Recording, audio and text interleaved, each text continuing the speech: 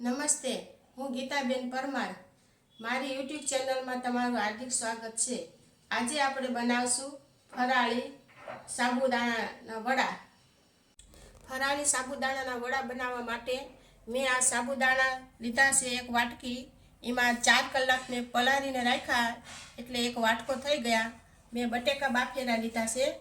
આ શિંગદાણાનો ભૂકો, શિંગદાણા શેકીને ભૂકો ક્રશ કરી નાખ્યો છે એનો. અને આ આદુ છે, આ મરચાં છે, આ લીંબુ છે અને મીઠું. આટલી વસ્તુ લેવાની બનાવવા માટે. સાબુદાણાની અંદર મેં બટેકા છીણીને નાખ્યા. હવે એની અંદર સ્વાદ અનુસાર મીઠું નાખું.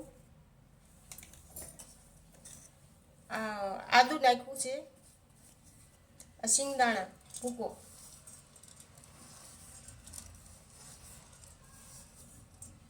અને આ મરચાંનો ભૂકો.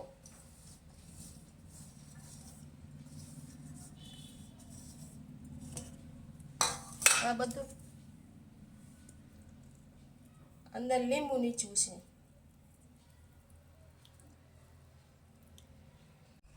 હવે આને આપણે મિક્સ કરશું બધી વસ્તુ.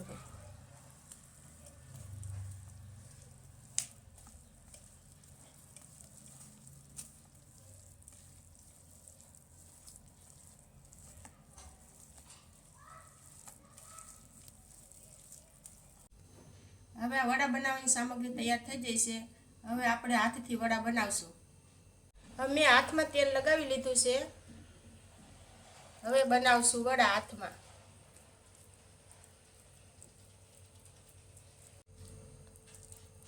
આવી રીતે વડા બનાવવાના.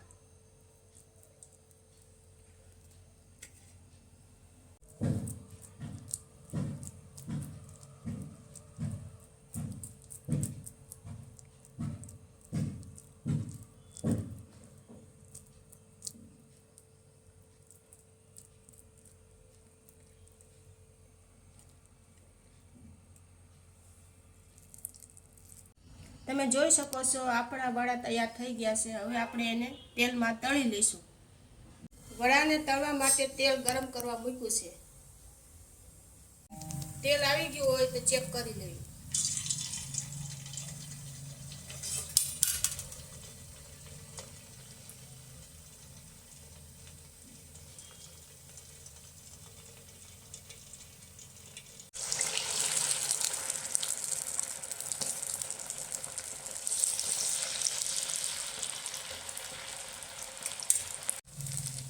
મીડિયમ ગેસે આ વડાને તળવાના.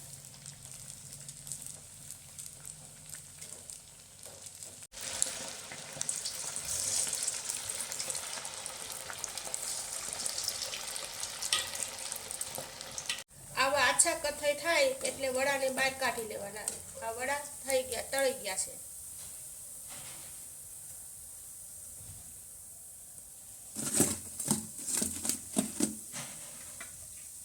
આવા ગોળ વડા પણ બનાવી શકો છો તમે.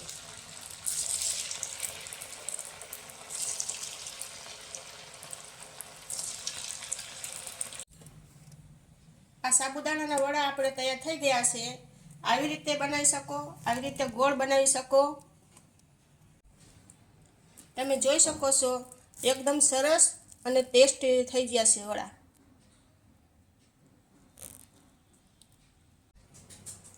મારી રેસીપી તમને પસંદ આવી હોય તો મારી યુટ્યુબ ચેનલને તમે લાઈક કરજો, શેર કરજો.